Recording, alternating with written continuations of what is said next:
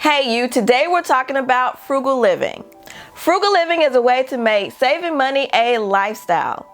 If you are interested in ways to make cost cutting a habit, then stay tuned. Welcome to Healthy, Wealthy, Skinny, where we focus on the steps to help you live a healthy, wealthy, and skinny life.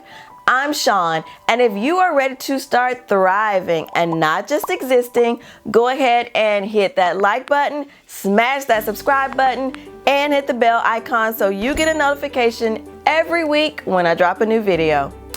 And as always, be sure to watch until the end because I've got something special for you. Let's talk frugal living. I've got another video where I cover 50 frugal living tips to help you thrive. You can check that video out by clicking on the card above me. Today, I'll dive deeper into 5 of the most important tips from that video that will help you develop frugal habits and start saving some money. Tip number 1 is to buy used whenever possible. Buying used is a frugal tip that I learned from my mom. Back when she was a little bit more mobile than she is right now, she loved thrifting. And by thrifting, I mean going and shopping for clothes and items in thrift stores. I've never been a big shopper, so I would always just tell my mom things I was looking for. I'm looking for a black pencil skirt or a certain type of shoes or shirts. And she would always go out and find those items for me. In many cases, she would find exactly what I needed when she was doing her thrifting. I was always amazed at some of the items that she would find for me, my son, and my daughter. And a lot of the items were brand new. Buying used when you can save you loads of money. There are many items that you can buy either used or refurbished. If you find out that you really have a knack for thrifting, this is something that you can even turn into a business. If you check out my side hustles video, I'll link that in the card above me as well, you'll see how you can turn thrifting into a lucrative side hustle. Tip number 2 is eat at home. This is hands down the frugal tip that I struggle with the most. I am not a big fan of cooking or grocery shopping, and those are the 2 main things that you need to do to eat at home. So I really struggle with this tip. I enjoy the convenience of eating out, and to add insult to injury, I like eating fast food. So I end up spending way too much money eating out, and the food that I'm buying is not even good for me. Eating at home will save you money, and more importantly, it is healthier for you.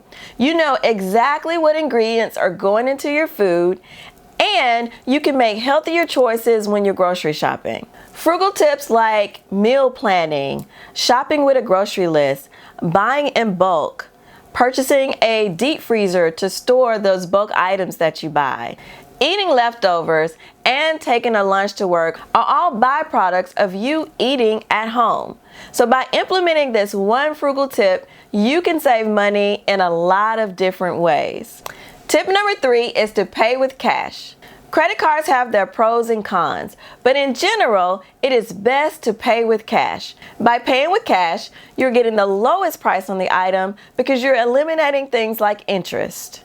If there's a big ticket item that you want to buy, try saving money for that item and then purchasing it when you have the full amount instead of putting that item on your credit card, paying on it monthly, and paying the interest that goes along with that process. This tip reminds me of a very interesting debate that I'd love to get your take on. Someone on my Facebook timeline posted this question: which one is more powerful, cash or credit? Tell me what you think by leaving your answer in the comments. Frugal tip number 4 is to implement a capsule wardrobe. Now this one is new to me and I am very intrigued by it and I can't wait to try it. A capsule wardrobe is a small collection of clothing items that you put together for a particular season. Your collection or a capsule should consist of versatile clothing items that you love to wear. The number of clothing items in your capsule varies, but usually it lands somewhere around 30 or so clothing items. So here's how it works.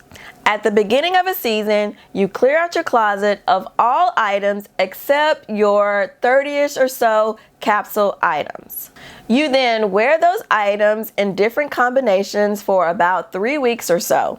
And then at the end of that 3-week period, it's time to start planning your next capsule wardrobe for the following season.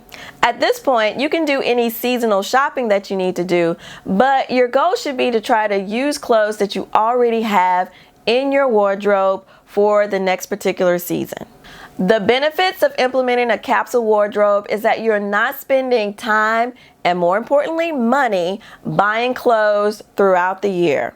You shop once a season and you always have a handy collection of clothes that you love to wear. Frugal tip number 5 is to be intentional with your utilities. Our utilities is an area where we tend to lose money without even knowing it. Although I still think it's a good idea to unplug items that are not in use because they're still drawing power, there is a debate out there that says that newer appliances and electronic equipment draw less standby power when they're not in use.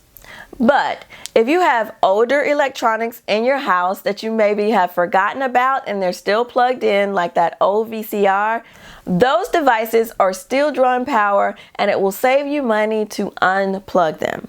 Some other tips that will help you save money on your utilities include replacing your remaining incandescent light bulbs with LED light bulbs. They use a fraction of the energy and they last longer.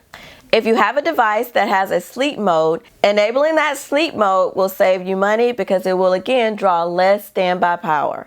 And finally, when you can replace older appliances with newer, more efficient models. Look for the Energy Star label to ensure maximum efficiency.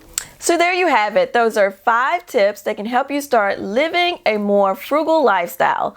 And as you can see, these aren't anything drastic. They are simple things that you can do to help you start saving money without really thinking about it. As promised, you have made it to bonus time. You have watched until the end, so I've got something special for you. Look down in the description, click on the special link, give me your email address, and I've got something special for you. But before you do that, I'd like for you to watch this video right here. I've chosen it especially for you because I've got something over there that you really need to know. I'll meet you over there. Come on, let's go. Click right here. See you over there. I'm waiting. Let's go. Okay, really, let's go. Bye.